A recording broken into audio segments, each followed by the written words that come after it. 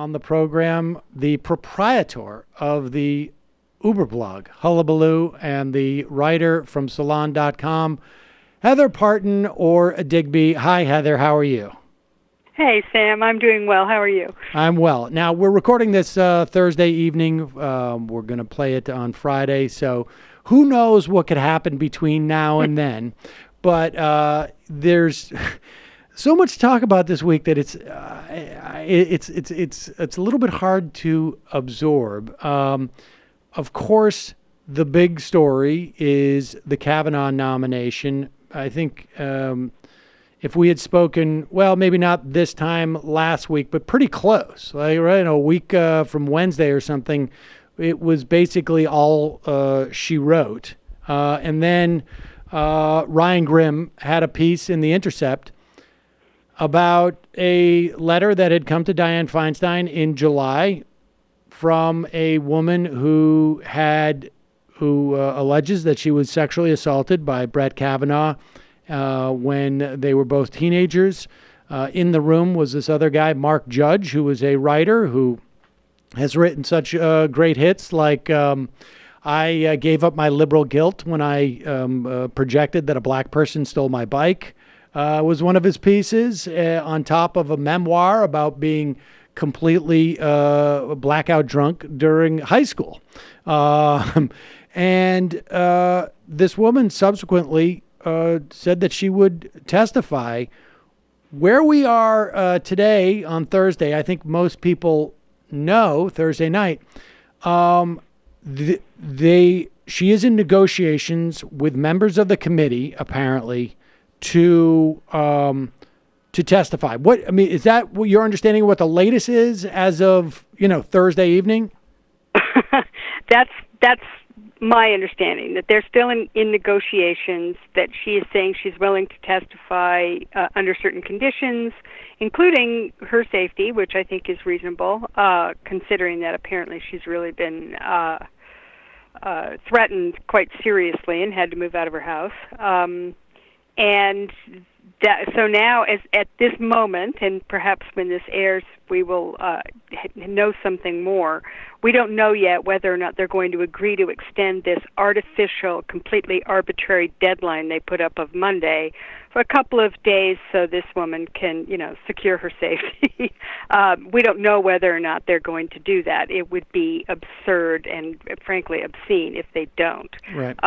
This deadline is meaningless. It has absolutely, they made it up out of whole cloth. It's ridiculous. And, in fact, the whole rush on this is completely made up out of whole cloth. And it's one of the things that I think really sort of exposes what they're doing here in a way that I can't imagine is really going to work for them. I mean, the desperation that they have to get this particular right-wing nut on the court immediately is bizarre to me, because, they're going to, it's highly likely, 99% likely that they are going to get some right-wing nut on the court, right? I mean, he's a president. Unless something really astonishing happens, Donald Trump is going to fill this seat, and it's going to be filled with a right-wing nut. Why they are going to this length to put this particular right-wing nut on the court is the big question in my mind at the moment.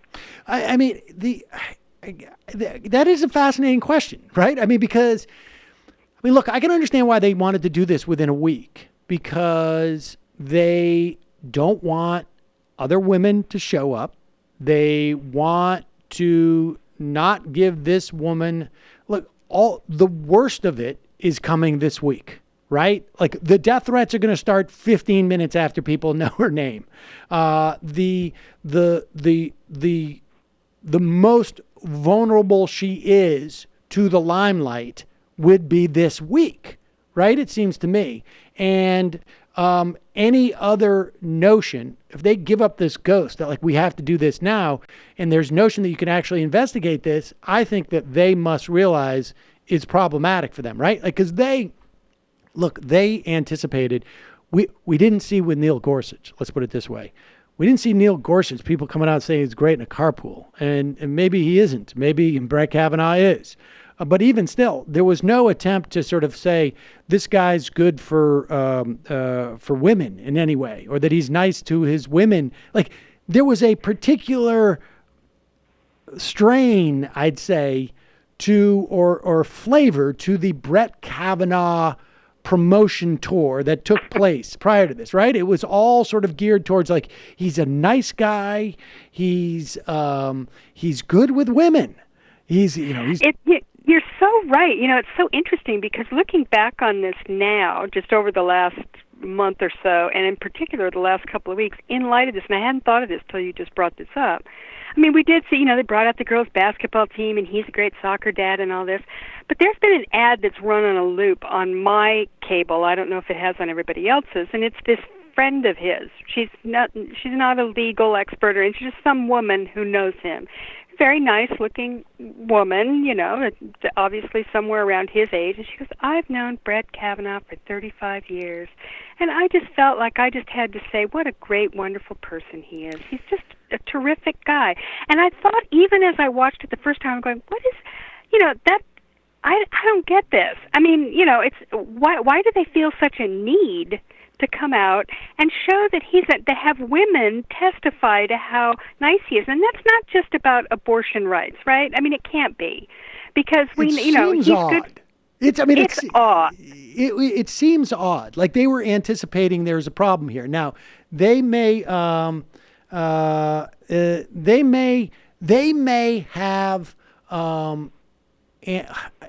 anticipated this accusation in some way.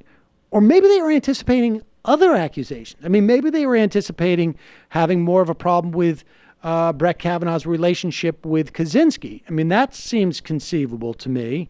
The Democrats didn't seem to make as much of it as one would have thought.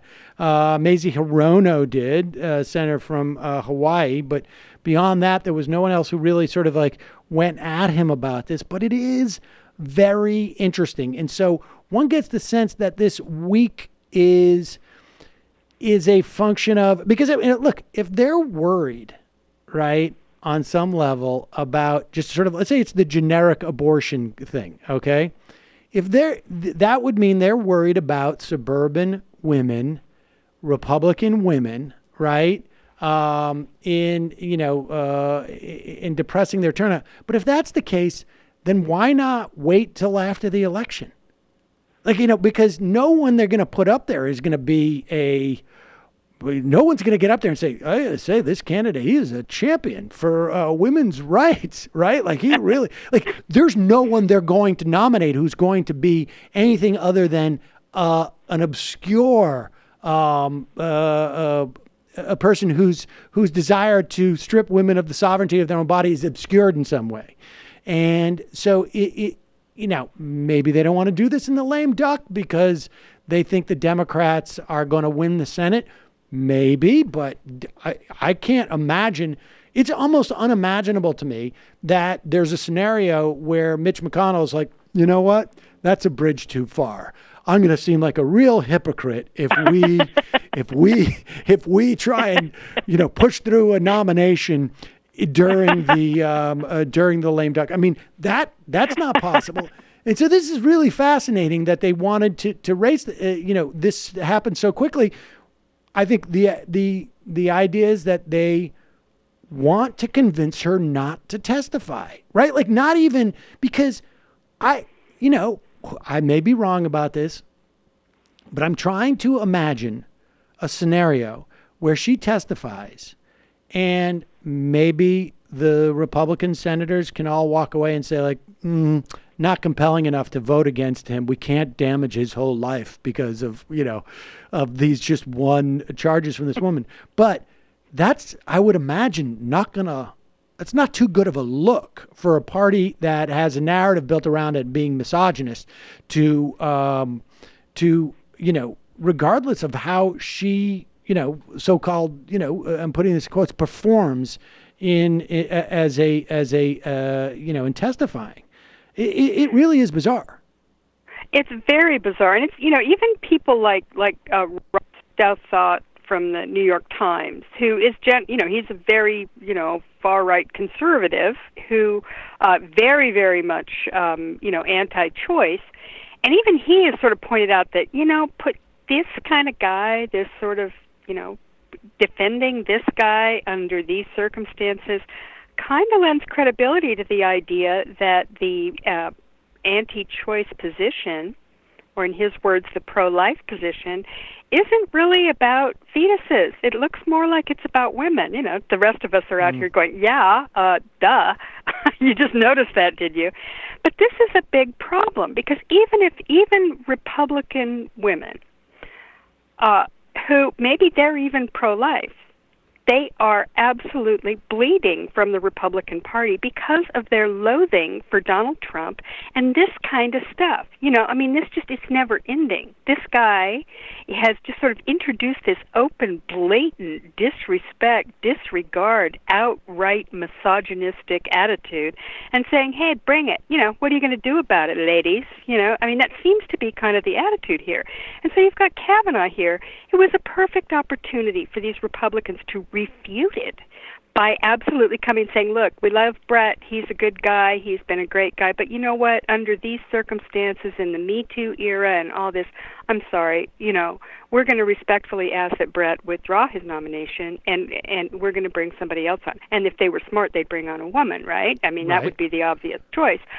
And that would absolutely be seen as some sort of reassurance to all these Republican women who are running as fast as they can from the Republican Party to say, look, don't worry, we get it. This guy is the president is a pig, but we're seeing the light here, and we're not, it's not going to be that bad. Go ahead, stick with us here. I don't know what else they can do, and yet they're not doing it. So this is not going to help them with their problem, which is a huge electoral problem. Republicans cannot win without white conservative women. They just can't. They are screwed. That they have to have those votes because they get no people of color. They get no, obviously no liberals. They just, a lot of college-educated white men are falling out as well. They've got a big problem, and this kind of blatant, just sort of, hey, what are you going to do about it? It's really surprising to me. I would have thought, and I think Mitch McConnell knew this, because I think he was the one who did not want them to put up somebody like Kavanaugh. And Kavanaugh specifically, he argued against it, because there are plenty of them who don't have his kind of paper trail, and they're just kind of boring white guys like Gorsuch, right? And, the Republican, if it was about abortion, you make a good point. The Democrats could have made a big deal about Gorsuch, but it was not the same thing. There's Kavanaugh, and we've talked about this before, you and I have, about what a hardcore Republican operative he is. To choose him and to pick this fight, it just seems really bizarre to me that they are so far in the Trump tank. You have guys like Dean Heller, who's got a real race on his hand in Nevada, going, well, this is a little hiccup. You think Nevada women, or Republican women, think that this is a hiccup? I don't think they do. Yeah, it is mystifying. But there's also an argument that before people interpret this as saying like it would be a good thing for the Republicans to confirm Brett Kavanaugh in light of this, and even if Dr. Ford testifies, from a political standpoint, it would be a good thing. I am of the mind that you delay. You delay. When you don't have the power, you kick the can as far down the road as you can and hope something turns in your favor. That's what happened in this case, right? And one doesn't know. Maybe the Democrats take control of the Senate, and during the lame duck, maybe, I don't know. Everyone gets hit with the flu and they can't vote. Who knows, right? So you keep the door open as long as you can. So I, still count me as someone who is hoping that Brett Kavanaugh is not confirmed, and that It is, absolutely. I mean, I hope no one is interpreting my words as saying, "Gee, it'd be really good for us if Right. he gets." It's not good for us. It's good. It's horrible for Democrats. It's horrible for humans. For Frankly, Brett Kavanaugh to be it's to be horrible confirmed. for people who have not been born yet. I mean, because what we're talking Exactly. about. I mean, it's an awful thing, and the Democrats are in a terrible position here because, regardless, there's no upside. Let's just put it this way: there's no upside to this. From the moment that Donald Trump was elected illegitimately, we knew that this was a possibility. We knew that we had one seat open, and then, who knew whether Anthony Kennedy was going to last, and he proved that he wouldn't. So this was always a possibility, and it's a horrible situation. And by the way, let's not pretend that, if the Democrats are able to somehow stop this Kavanaugh nomination, that means that the next person they put up isn't going to be just as bad or on worse. Every other level, or worse. Though it's hard to imagine anybody's worse than Kavanaugh, but it's certainly as bad or worse than Clarence Thomas or anybody else on the court.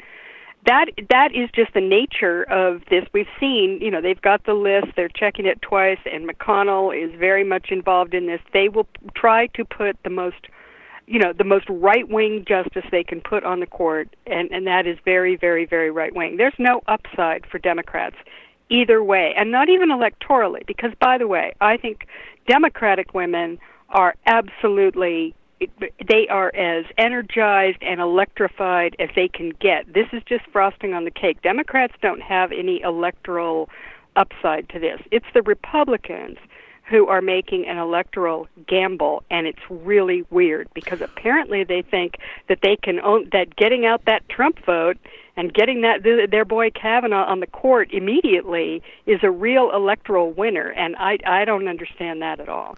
Yeah, I mean, I don't want to harp on this and cover terrain that I've already covered, but I interviewed Ryan Grimm and was just fishing around because in the back of my head I'm like, what?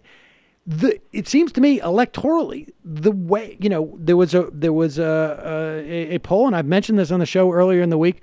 There was a poll that was it was an internal Republican poll. Now every time you read anything that is supposedly an internal poll, you got to ask yourself, well, if it's an internal poll, why do I know about it? Why am I reading it? Right. I'm looking at Bloomberg Business Week right now, and it says a private survey shows, and I'm like, well, it's obviously not private.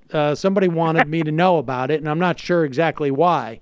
But and not me, obviously. I'm talking all of us. But it said that Republican voters are not engaged in this midterm election, in part because Donald Trump has said there's probably going to be a blue wave, so they don't think the stakes are a red wave. So they're believing him, and they don't think that they need to come out. And they also don't feel like there's any stakes to this. And there are stakes to this because not only, we talk about impeachment and we talk about maybe the idea that even if the Democrats win the Senate, that the Republicans will put that fifth guy on. Clarence Thomas is 70, and there's been a lot of talk over the past couple of years. This is a guy who's not super excited to be on the court anymore. I think there's if you look at the way that Ginny Thomas conducts her business, there seems to be a real desire to make some money in that household. And, I suspect that if the Republicans retain the Senate, Clarence Thomas is going to announce his retirement, at the end of this term, if he waits that long. It's not inconceivable to me that he wouldn't announce it sometime in April or, March, and they start to look for somebody, and then we have these hearings again next summer. If the Democrats take the Senate, then it's a much different story, right? He's going to hold on for a couple of years and wait and see if Trump gets reelected.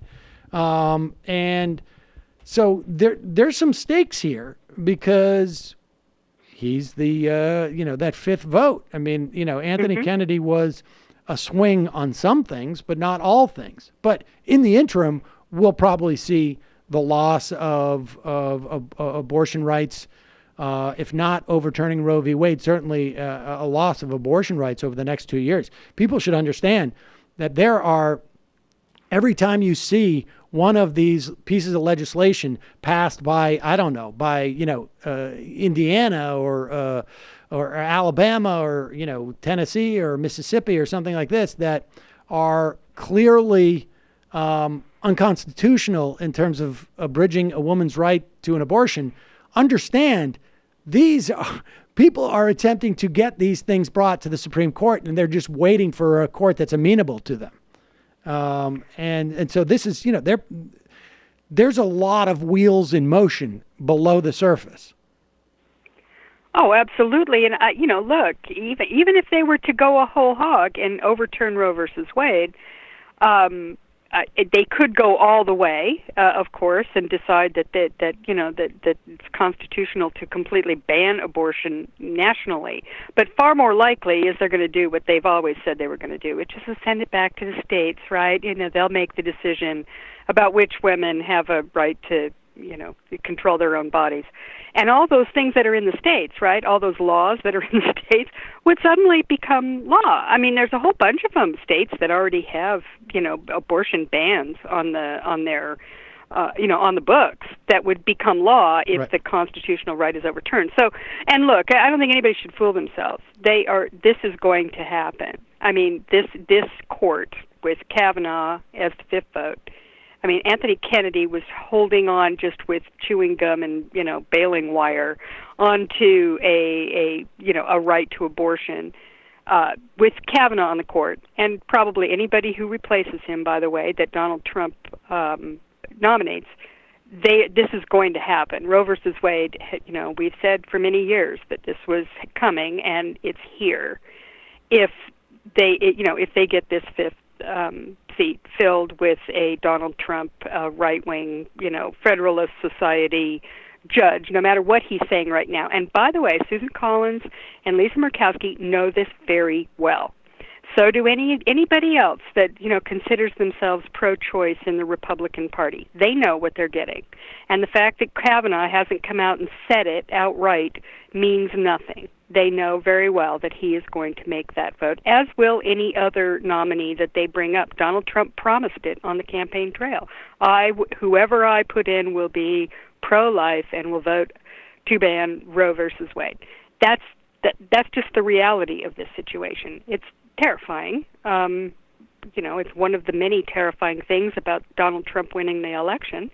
But here we are. And I don't think we should fool ourselves into thinking that is a battle that is not going to be ongoing for a very long time. Now, whether they do it all at once or they do it piecemeal, I mean, I suspect they'll do it piecemeal because actually support for abortion rights is a majority in the country. They would be going very much against what most people, believe right. about that subject. Well, I mean, they're going to do it. Yeah, they'll do it. I mean, it'll be all of a sudden trap laws are okay. It'll be a question of giving the states the less scrutiny on laws they pass that abridge the right in some way. All right. Well, let me just ask you this, because I don't know if there's been a lot of footage of the Anita Hill hearings that have been played for obvious reasons. I remember these hearings quite well. It actually, I started taking pictures of my television at that time and making refrigerator magnets. That's just a little bit of a little quirk people can know about me. But and back when I was starting sketch comedy with Cross Comedy in Boston, we did. I remember a 45-minute sketch of these hearings, because it was incredible to watch a panel of men and sternly. There was, I don't think I was aware of the term at the time, and there was no notion that Anita Hill was doing anything other than expressing how she had been victimized. But there was like a quality of slut shaming. Like there was a quality from these guys, like, how dare you make us say things like long dong silver or whatever that guy's name was. And, Yep. and we're going to make you say the words pubic hair on a Coke can. And it seems to me there is a lot of reason for these guys to be concerned about questioning Dr. Ford in public. And we should remind people that on the Republican side, still no women on that committee. And it's going to be a little bit awkward, I think. Well, I think it is too. Now, there's some talk, and maybe this will have been resolved by the time the show is on, but there's some talk about not having the senators do the questioning, to either have counsel for the two people, Kavanaugh and Ford, which I think is really weird, or have staff, legal staff on the committee do the questioning, or maybe just pick a couple of senators who are at least offensive, maybe have Ben Sass, the cute young guy, do it rather than Orrin Hatch, who, by the way, was the guy who said long dong silver in the original Anita Hill hearings. Right. He's the one who did it. I'm sure he's longing to do something like that again. And maybe on the Democratic side, you could have, people like, Kamala Harris, who is a skilled prosecutor, someone who could do the questioning on the Democratic side. We'll have to see how that works out. But what you say about the Anita Hill hearing is absolutely true. The slut-shaming that went on there was absolutely horrifying. I remember Alan Simpson. He was from Wyoming. I don't know if people remember. He turned up a couple of years ago Simpson with the... Bulls, yep. Yeah, with the Erskine Bulls, Simpson Bulls Commission. Well, he was one of those folksy guys, kind of like John Kennedy is today, or Lindsey Graham, who, like to, sort of talk like he was, somebody from the 18th century. Right. Anyway, he came in. I remember him saying, boy, I've got things coming over the transom about this lady. You don't even want to know what these people are saying about her. He says this in the hearing. It was. I remember watching it. I was riveted. In fact, I stayed home from work to watch the whole thing. And, it was grotesque, the slut-shaming. Now, I don't think that will happen this time. What appears to be their strategy, and this is kind of flowing all through the sort of right-wing fever swamps and in certain circles, even in the Washington Post today by Kathleen Parker, suggesting that this woman is too addled to know who it was who attacked her that night, that it's a mistaken identity. It's a little lady. She's got good intentions, but she's a little bit crazy. And so what this goes to, there's David Brock, actually, who was one of the original sort of strategist in the Anita Hill situation, and then wrote the book The Real Anita Hill, which he later apologized for in 2000. Wait, I want to be clear on this, because I don't think a lot of people realize this. David Brock was one of the strategists on the right.